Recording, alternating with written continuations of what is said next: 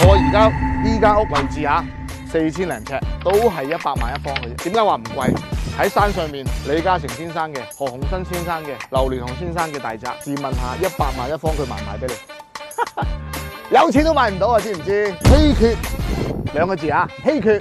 你聽清楚，喺淺水灣好少有新屋嘅，一般都係幾十年歷史嘅家族式大宅。所以我而家身處嘅呢棟樓新屋。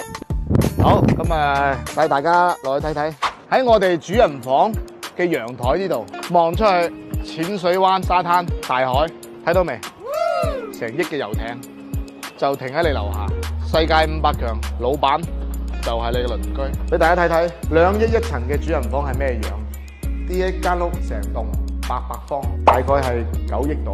佢同我哋普通嘅別墅係冇咩兩樣，有地板啦，有天花，有牆身，有磚頭，係咪？有鋼筋，有水泥。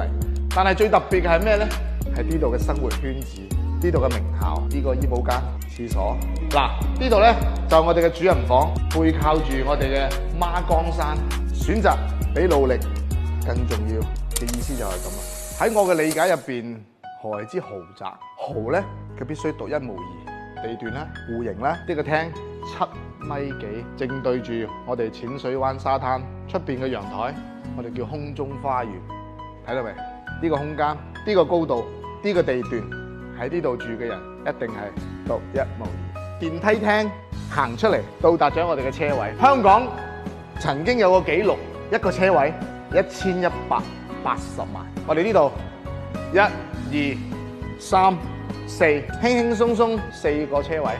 我唔好計佢1100萬，計佢800萬好唔好？都值3000萬。就係咁獨特，就係咁獨一無二。香港一個充滿奇蹟、充滿不可思議嘅地方，100萬1平方，你哋覺得點啊？